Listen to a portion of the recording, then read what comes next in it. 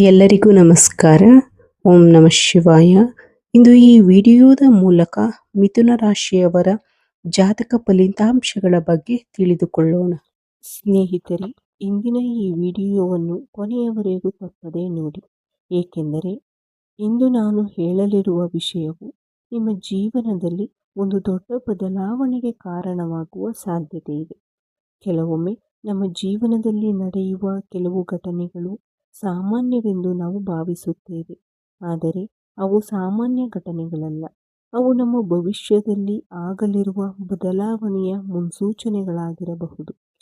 ಜೀವನದಲ್ಲಿ ಕೆಲವು ಸಮಯಗಳು ಬರುತ್ತವೆ. ಆ ಸಮಯದಲ್ಲಿ ನಮ್ಮ ಆಲೋಚನೆಗಳು ಬದಲಾಗುತ್ತವೆ, ನಮ್ಮ ಮನಸ್ಸು ಬದಲಾಗುತ್ತದೆ, ನಮ್ಮ ಸುತ್ತಮುತ್ತಲಿನ ಪರಿಸ್ಥಿತಿಗಳು ಸಹ ಬದಲಾಗುತ್ತವೆ. ಅನೇಕ ಬಾರಿ ಈ ಬದಲಾವಣೆಗಳು ಯಾವುದೇ ಮುನ್ಸೂಚನೆ ಇಲ್ಲದೆ ಬಂದಂತೆ ಅನಿಸುತ್ತದೆ. ಆದರೆ ಆಧ್ಯಾತ್ಮಿಕ ದೃಷ್ಟಿಯಿಂದ ನೋಡಿದರೆ ದೊಡ್ಡ ಬದಲಾವಣೆಗೆ ಮುನ್ನ ಕೆಲವು ಸೂಕ್ಷ್ಮ ಸಂಕೇತಗಳು ನಮ್ಮ ಜೀವನದಲ್ಲಿ ಕಾಣಿಸಿಕೊಳ್ಳುತ್ತವೆ ಎಂದು ಹೇಳಲಾಗುತ್ತದೆ. ಮುಂಬರುವ 24 ಗಂಟೆಗಳಲ್ಲಿ ಅಥವಾ ಮುಂದಿನ ಕೆಲವು ದಿನಗಳಲ್ಲಿ ನಿಮ್ಮ ಜೀವನದಲ್ಲಿ ಅಂತಹ ಕೆಲವು ವಿಶೇಷ ಸಂಕೇತಗಳು ಕಾಣಿಸಿಕೊಳ್ಳುವ ಸಾಧ್ಯತೆ ಇದೆ. ನೀವು ಅವುಗಳನ್ನು ಗಮನಿಸಿದರೆ ನಿಮ್ಮ ಜೀವನದ ಬಗ್ಗೆ ಕೆಲವು ಮಹತ್ವದ ನಿರ್ಧಾರಗಳನ್ನು ಸರಿಯಾದ ಸಮಯದಲ್ಲಿ ತೆಗೆದುಕೊಳ್ಳಬಹುದು. ಆದರೆ ಇಲ್ಲಿ ಒಂದು ವಿಷಯವನ್ನು ನೆನಪಿನಲ್ಲಿಟ್ಟುಕೊಳ್ಳಿ. ಈ ವಿಡಿಯೋದಲ್ಲಿರುವ ವಿಷಯಗಳು ಆಧ್ಯಾತ್ಮಿಕ ನಂಬಿಕೆ ಮತ್ತು ಜ್ಯೋತಿಷ್ಯ ಪರಂಪರೆಯನ್ನು ಆಧರಿಸಿವೆ. ನಿಮ್ಮ ಜೀವನವನ್ನು ಬದಲಾಯಿಸುವುದು ನಿಮ್ಮ ಪರಿಶ್ರಮ, ನಿಮ್ಮ ಸರಿಯಾದ ನಿರ್ಧಾರಗಳು ಮತ್ತು ದೇವರ ಮೇಲಿನ ನಂಬಿಕೆ ಎಂಬುದು ಅತ್ಯಂತ ಮುಖ್ಯ. ಸ್ನೇಹಿತರೆ, ನಿಮ್ಮ ಆರಾಧ್ಯ ದೈವ ಶ್ರೀ ಆಂಜನೇಯ ಸ್ವಾಮಿಯಾಗಿರಲಿ ಅಥವಾ ಶ್ರೀರಾಮನಾಗಿರಲಿ, ಭಕ್ತಿಯಿಂದ ಅವರನ್ನು ಸ್ಮರಿಸಿ ಈ ವಿಡಿಯೋವನ್ನು ಆಲಿಸಿ. ಇನ್ನು ಮೊದಲ ಸಂಕೇತದ ಬಗ್ಗೆ ತಿಳಿದುಕೊಳ್ಳೋಣ. ಮೊದಲ ಸಂಕೇತ, ಕಳೆದ ಕೆಲವು ತಿಂಗಳುಗಳಿಂದ ನೀವು ಮುಂದೂಡುತ್ತಾ ಬಂದಿರುವ ಒಂದು ಕೆಲಸ ಇದ್ದರೆ ಅದು ಈಗ ಏಕಾಏಕಿ ನಿಮಗೆ ತುಂಬ ಮುಖ್ಯವಾದ ಕೆಲಸದಂತೆ ಕಾಣಲು ಆರಂಭವಾಗುತ್ತದೆ. ನಾಳೆ ಮಾಡೋಣ, ಸಮಯ ಸಿಕ್ಕಾಗ ಮಾಡೋಣ ಎಂದು ಬಿಟ್ಟಿದ್ದ ಕೆಲಸವನ್ನು ಈಗಲೇ ಮುಗಿಸಬೇಕು ಎನ್ನುವ ಬಲವಾದ ಆಸೆ ಮೂಡುತ್ತದೆ. ಇದು ಮನೆಗೆ ಸಂಬಂಧಿಸಿದ ಕೆಲಸವಾಗಿರಬಹುದು, ಉದ್ಯೋಗಕ್ಕೆ ಸಂಬಂಧಿಸಿದ ನಿರ್ಧಾರವಾಗಿರಬಹುದು, ವ್ಯವಹಾರಕ್ಕೆ ಸಂಬಂಧಿಸಿದ ಯೋಜನೆಯಾಗಿರಬಹುದು, ಅಥವಾ ಬಹಳ ದಿನಗಳಿಂದ ಮಾತನಾಡದೇ ಇದ್ದ ಒಬ್ಬ ವ್ಯಕ್ತಿಯನ್ನು ಮತ್ತೆ ಸಂಪರ್ಕಿಸಬೇಕು ಎನ್ನುವ ಆಲೋಚನೆಯಾಗಿರಬಹುದು. ಇದುವರೆಗೆ ನಿರ್ಲಕ್ಷ್ಯ ಮಾಡಿದ್ದ ವಿಷಯಗಳು ಈಗ ಬಹಳ ಅಮೂಲ್ಯವೆಂದು ಅನಿಸುತ್ತದೆ. ಬಹುಶಃ ನೀವು ಹೊಸ ಅಭ್ಯಾಸವನ್ನು ಆರಂಭಿಸಬಹುದು. ಬೆಳಿಗ್ಗೆ ಬೇಗ ಎದ್ದು ವ್ಯಾಯಾಮ ಮಾಡಬೇಕು ಎಂದು ಅನಿಸಬಹುದು, ಪುಸ್ತಕ ಓದಬೇಕು ಎನ್ನಬಹುದು, ಹಣದ ಉಳಿತಾಯ ಮಾಡಬೇಕು ಎಂಬ ನಿರ್ಧಾರಕ್ಕೆ ಬರಬಹುದು, ಅಥವಾ ನಿಮ್ಮ ಆರೋಗ್ಯದ ಕಡೆ ಹೆಚ್ಚು ಗಮನ ಕೊಡಬೇಕು ಎನ್ನುವ ಆಲೋಚನೆ ಬರಬಹುದು. ಸ್ನೇಹಿತರೆ, ಈ ರೀತಿಯ ಬದಲಾವಣೆಗಳು ಹೊರಗಿನಿಂದ ಬರುವುದಿಲ್ಲ, ಅವು ನಮ್ಮೊಳಗಿನಿಂದಲೇ ಆರಂಭವಾಗುತ್ತವೆ. ನಮ್ಮ ಮನಸ್ಸು ಬದಲಾಗುವ ಜೀವನವು ಬದಲಾಗಲು ಆರಂಭಿಸುತ್ತದೆ. ಇದುವರೆಗೆ ವ್ಯರ್ಥವೆಂದು ಕಂಡಿದ್ದ ಅನೇಕ ವಿಷಯಗಳು ಈಗ ಜೀವನಕ್ಕೆ ಬಹಳ ಅಗತ್ಯವೆಂದು ಅನಿಸುತ್ತದೆ. ಸಮಯದ ಮೌಲ್ಯ ಅರ್ಥವಾಗುತ್ತದೆ, ಕುಟುಂಬದ ಮಹತ್ವ ತಿಳಿಯುತ್ತದೆ, ಆರೋಗ್ಯವೇ ನಿಜವಾದ ಸಂಪತ್ತು ಎಂಬುದು ಮನಸ್ಸಿಗೆ ಸ್ಪಷ್ಟವಾಗುತ್ತದೆ. ಇವೆಲ್ಲವೂ ನಿಮ್ಮೊಳಗೆ ನಡೆಯುತ್ತಿರುವ ಒಳ್ಳೆಯ ಬದಲಾವಣೆಯ ಸೂಚನೆಗಳಾಗಿರಬಹುದು. ಇವಾಗ ಎರಡನೇ ಸಂಕೇತದ ಬಗ್ಗೆ ತಿಳಿದುಕೊಳ್ಳೋಣ. ಬಹಳ ಹಿಂದೆಯೇ ನೀವು ಸಂಪೂರ್ಣವಾಗಿ ಬಿಟ್ಟಿದ್ದ ಒಂದು ಹಳೆಯ ಕನಸು, ಒಂದು ಅಪೂರ್ಣ ಯೋಜನೆ ಅಥವಾ ಒಂದು ಗುರಿ ಮತ್ತೆ ನಿಮ್ಮ ಮನಸ್ಸಿನಲ್ಲಿ ಮೂಡುತ್ತದೆ. ನಾನು ಇದನ್ನು ಮತ್ತೆ ಪ್ರಯತ್ನಿಸಬೇಕು ಎಂಬ ಭಾವನೆ ಬರುತ್ತದೆ. ಹಿಂದೆ ಅದು ಅಸಾಧ್ಯವೆಂದು ಕಂಡಿದ್ದ ಕೆಲಸ ಈಗ ಅಷ್ಟು ಕಷ್ಟಕರವಾಗಿ ಕಾಣುವುದಿಲ್ಲ. ನಿಮ್ಮ ದೃಷ್ಟಿಕೋನ ಬದಲಾಗುತ್ತದೆ, ನಿಮ್ಮ ಆತ್ಮವಿಶ್ವಾಸ ಹೆಚ್ಚಾಗುತ್ತದೆ. ಇದುವರೆಗೆ ಸಮಸ್ಯೆ ಮಾತ್ರ ಕಾಣುತ್ತಿದ್ದ ಜಾಗದಲ್ಲಿ ಈಗ ಪರಿಹಾರವು ಕಾಣಲು ಪ್ರಾರಂಭಿಸುತ್ತದೆ. ಇದು ನಿಮ್ಮ ಅನುಭವದಿಂದ ಬಂದ ಪ್ರಬುದ್ಧತೆ. ಜೀವನದಲ್ಲಿ ಪ್ರತಿಯೊಬ್ಬರಿಗೂ ಎರಡನೇ ಅವಕಾಶ ಸಿಗುವುದಿಲ್ಲ, ಆದರೆ ಅವಕಾಶ ಬಂದಾಗ ಅದನ್ನು ಗುರುತಿಸುವವರು ಮಾತ್ರ ಯಶಸ್ಸನ್ನು ಸಾಧಿಸುತ್ತಾರೆ. ಆದ್ದರಿಂದ ನಿಮ್ಮ ಮನಸ್ಸಿನಲ್ಲಿ ಮತ್ತೆ ಮತ್ತೆ ಮೂಡುವ ಒಳ್ಳೆಯ ಆಲೋಚನೆಗಳನ್ನು ನಿರ್ಲಕ್ಷ್ಯ ಮಾಡಬೇಡಿ. ಅವು ನಿಮ್ಮ ಜೀವನದ ಹೊಸ ಆರಂಭದ ದಾರಿಯಾಗಿರಬಹುದು. ಸ್ನೇಹಿತರೆ, ಇಲ್ಲಿಯವರೆಗೆ ನೀವು ಕೇಳಿದ ಈ 2 ಸಂಕೇತಗಳಲ್ಲಿ ಯಾವುದಾದರೂ ನಿಮ್ಮ ಜೀವನದಲ್ಲಿ ಈಗಾಗಲೇ ನಡೆಯುತ್ತಿದೆಯೇ ಎಂಬುದನ್ನು ಒಮ್ಮೆ ಯೋಚಿಸಿ. ನಡೆಯುತ್ತಿದ್ದರೆ ಕಾಮೆಂಟ್ನಲ್ಲಿ ಜೈ ಶ್ರೀರಾಮ್ ಎಂದು ಬರೆದು ನಿಮ್ಮ ಅನುಭವವನ್ನು ಹಂಚಿಕೊಳ್ಳಿ. ಮುಂದಿನ ಭಾಗದಲ್ಲಿ ಇನ್ನೂ ಶಕ್ತಿಯುತವಾದ 3 ಸಂಕೇತಗಳು, ಭವಿಷ್ಯದ ಬದಲಾವಣೆಗಳು ಹಾಗೂ ನಿಮ್ಮ ಜೀವನಕ್ಕೆ ಸಂಬಂಧಿಸಿದ ಪ್ರಮುಖ ವಿಷಯಗಳನ್ನು ತಿಳಿದುಕೊಳ್ಳೋಣ. ಆದ್ದರಿಂದ ವಿಡಿಯೋವನ್ನು ಕೊನೆಯವರೆಗೂ ತಪ್ಪದೆ ನೋಡಿ. ಸ್ನೇಹಿತರೆ, ಈಗ ನಾನು ಹೇಳಲಿರುವ 3ನೇ ಮತ್ತು 4ನೇ 5ನೇ ಸಂಕೇತಗಳು ಅತ್ಯಂತ ಮಹತ್ವದ್ದಾಗಿವೆ. ಇವುಗಳಲ್ಲಿ ಯಾವುದಾದರೂ ನಿಮ್ಮ ಜೀವನದಲ್ಲಿ ನಡೆಯುತ್ತಿದ್ದರೆ ನಿಮ್ಮೊಳಗೆ ಒಂದು ಹೊಸ ಬದಲಾವಣೆ ಆರಂಭವಾಗಿದೆ ಎಂದು ಅರ್ಥ ಮಾಡಿಕೊಳ್ಳಿ. ಆದ್ದರಿಂದ ಈ ವಿಡಿಯೋವನ್ನು ಕೊನೆಯವರೆಗೂ ತಪ್ಪದೆ ನೋಡಿ. ಈಗ 3ನೇ ಸಂಕೇತದ ಬಗ್ಗೆ ತಿಳಿದುಕೊಳ್ಳೋಣ. ಯಾವುದೇ ಸ್ಪಷ್ಟವಾದ ಕಾರಣವಿಲ್ಲದೆ ನಿಮ್ಮ ಮನಸ್ಸು ಪದೇ ಪದೇ ಭವಿಷ್ಯದ ಬಗ್ಗೆ ಯೋಚಿಸಲು ಆರಂಭಿಸುತ್ತದೆ. ನನ್ನ ಜೀವನ ಹೇಗಿರಬಹುದು? ಮುಂದೆ ನಾನು ಏನು ಮಾಡಬೇಕು? ಈಗಲೇ ನಾನು ಯಾವ ನಿರ್ಧಾರ ತೆಗೆದುಕೊಳ್ಳಬೇಕು? ಇಂತಹ ಪ್ರಶ್ನೆಗಳು ನಿಮ್ಮ ಮನಸ್ಸಿನಲ್ಲಿ ಮತ್ತೆ ಮತ್ತೆ ಮೂಡುತ್ತವೆ. ಕೆಲವರಿಗೆ ಹೊಸ ಮನೆ ಕಟ್ಟಬೇಕು ಎನ್ನುವ ಆಲೋಚನೆ ಬರುತ್ತದೆ. ಇನ್ನು ಕೆಲವರಿಗೆ ಹೊಸ ಉದ್ಯೋಗಕ್ಕಾಗಿ ಪ್ರಯತ್ನಿಸಬೇಕು ಎನಿಸುತ್ತದೆ. ಮತ್ತೊಬ್ಬರಿಗೆ ಸ್ವಂತ ವ್ಯವಹಾರ ಆರಂಭಿಸುವ ಕನಸು ಮತ್ತೆ ಜೀವಂತವಾಗುತ್ತದೆ. ಇದು ಕೇವಲ ಕಲ್ಪನೆಯಲ್ಲ. ನಮ್ಮ ಮನಸ್ಸು ಕೆಲವೊಮ್ಮೆ ನಾವು ಗಮನಿಸದ ಅವಕಾಶಗಳನ್ನು ನಮಗೆ ನೆನಪಿಸುತ್ತದೆ. ಆದ್ದರಿಂದ ಒಳ್ಳೆಯ ಆಲೋಚನೆ ಬಂದಾಗ ಅದನ್ನು ನಿರ್ಲಕ್ಷ್ಯ ಮಾಡಬೇಡಿ. ಬರೆದಿಟ್ಟುಕೊಳ್ಳಿ, ಯೋಜನೆ ರೂಪಿಸಿ, ಮೊದಲ ಹೆಜ್ಜೆಯನ್ನು ಇಡಿ. ಏಕೆಂದರೆ 1000 ಮೈಲಿಗಳ ಪ್ರಯಾಣವು ಒಂದು ಹೆಜ್ಜೆಯಿಂದಲೇ ಆರಂಭವಾಗುತ್ತದೆ. ಈಗ 4ನೇ ಸಂಕೇತದ ಬಗ್ಗೆ ತಿಳಿದುಕೊಳ್ಳೋಣ. ಈ ಸಂಕೇತವನ್ನು ಹಲವರು ಅನುಭವಿಸುತ್ತಾರೆ. ಒಂದು ಸಣ್ಣ ಘಟನೆ, ಒಬ್ಬ ವ್ಯಕ್ತಿಯ ಒಂದು ಮಾತು ಅಥವಾ ಒಂದು ವಿಡಿಯೋ, ಒಂದು ಪುಸ್ತಕ ಅಥವಾ ಒಂದು ಸಲಹೆ, ಇವುಗಳಲ್ಲಿ ಯಾವುದಾದರೂ ನಿಮ್ಮ ಮನಸ್ಸಿನಲ್ಲಿ ಆಳವಾಗಿ ಉಳಿಯುತ್ತದೆ. ಹಿಂದೆ ಇದೇ ಮಾತು ಕೇಳಿದ್ದರೂ ನೀವು ಗಮನಿಸಿರಲಿಲ್ಲ, ಆದರೆ ಈಗ ಅದು ನಿಮ್ಮ ಜೀವನದ ದಿಕ್ಕನ್ನೇ ಬದಲಾಯಿಸುವಷ್ಟು ಪ್ರಭಾವ ಬೀರುತ್ತದೆ. ಏಕೆ ಗೊತ್ತಾ? ಏಕೆಂದರೆ ಈಗ ನಿಮ್ಮ ಮನಸ್ಸು ಬದಲಾವಣೆಗೆ ಸಿದ್ಧವಾಗಿದೆ. ಸಮಯ ಬಂದಾಗ ಒಂದು ಸಣ್ಣ ಮಾತು ದೊಡ್ಡ ಪ್ರೇರಣೆಯಾಗುತ್ತದೆ. ಬಹಳ ಜನರ ಜೀವನದಲ್ಲಿ ಒಂದು ವಾಕ್ಯವೇ ದೊಡ್ಡ ಯಶಸ್ಸಿನ ಆರಂಭವಾಗಿದೆ.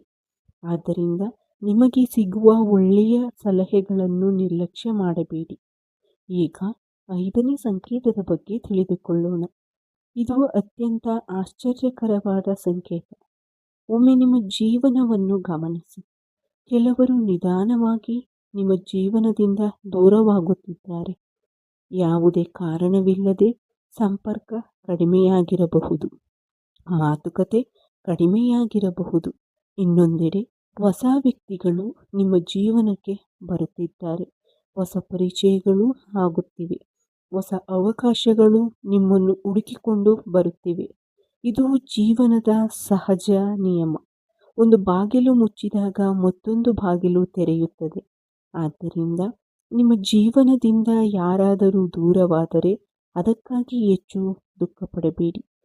ಕೆಲವೊಮ್ಮೆ ದೇವರು ಹೊಸ ಜನರಿಗೆ, ಹೊಸ ಅವಕಾಶಗಳಿಗೆ ಜಾಗ ಮಾಡಿಕೊಡಲು ಹಳೆಯ ಸಂಗತಿಗಳನ್ನು ದೂರ ಮಾಡುತ್ತಾನೆ ಎಂದು ಭಕ್ತರು ನಂಬುತ್ತಾರೆ. ಈಗ ನಿಮ್ಮೊಳಗೆ ಏನು ಬದಲಾಗುತ್ತಿದೆ?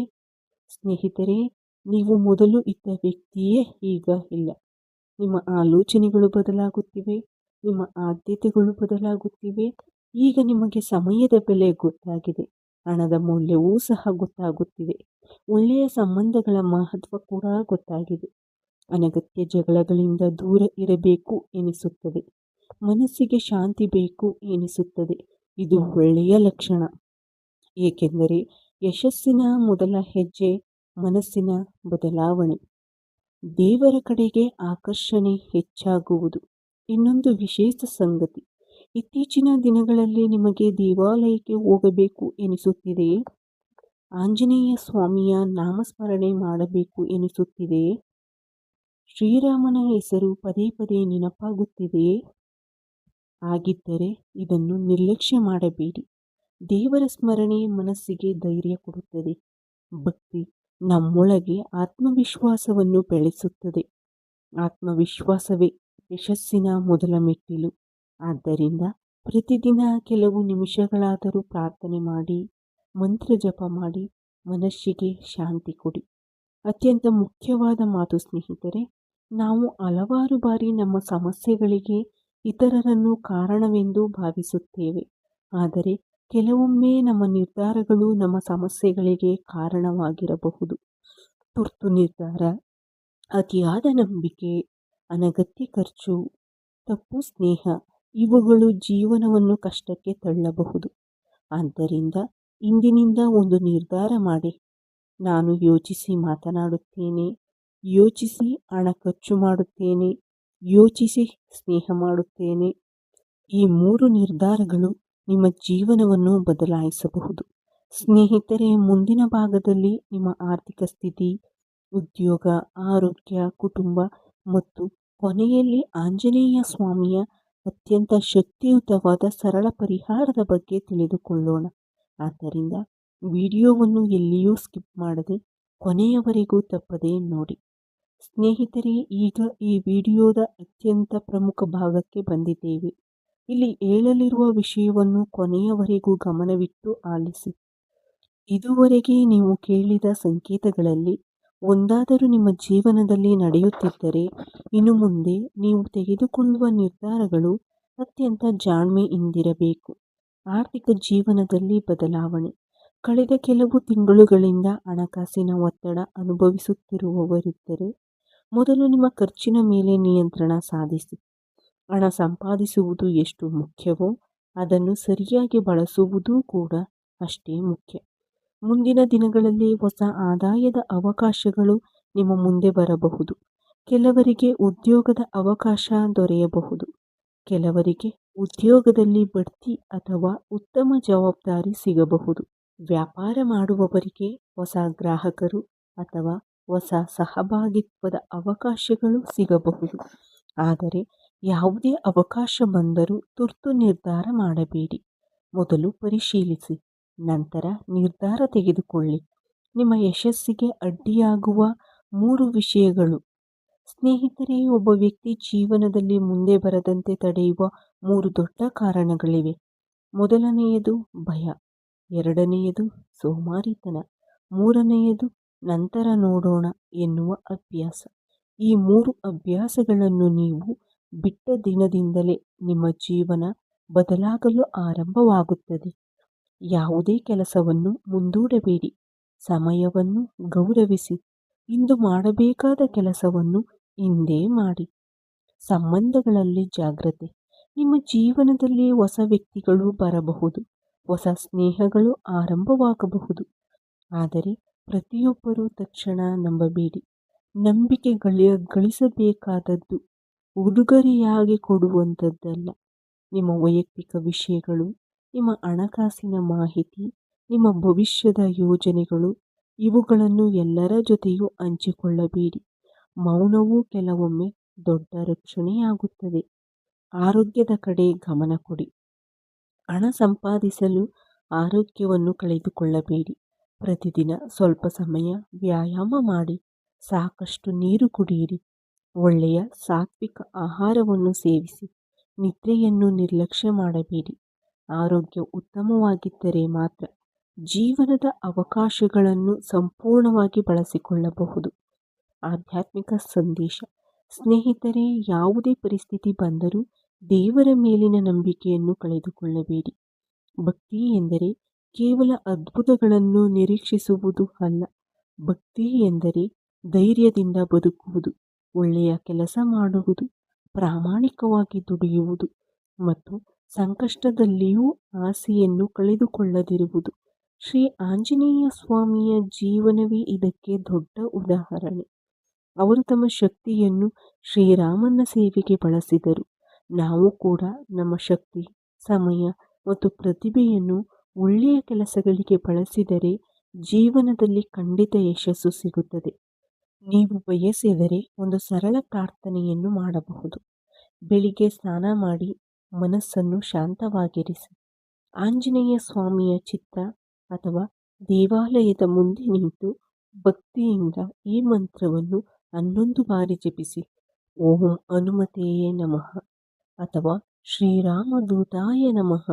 ನಂತರ ನಿಮ್ಮ ಕುಟುಂಬದ ಆರೋಗ್ಯ, ಸುಖ, ಶಾಂತಿ ಮತ್ತು ಯಶಸ್ಸಿಗಾಗಿ ಪ್ರಾರ್ಥಿಸಿ.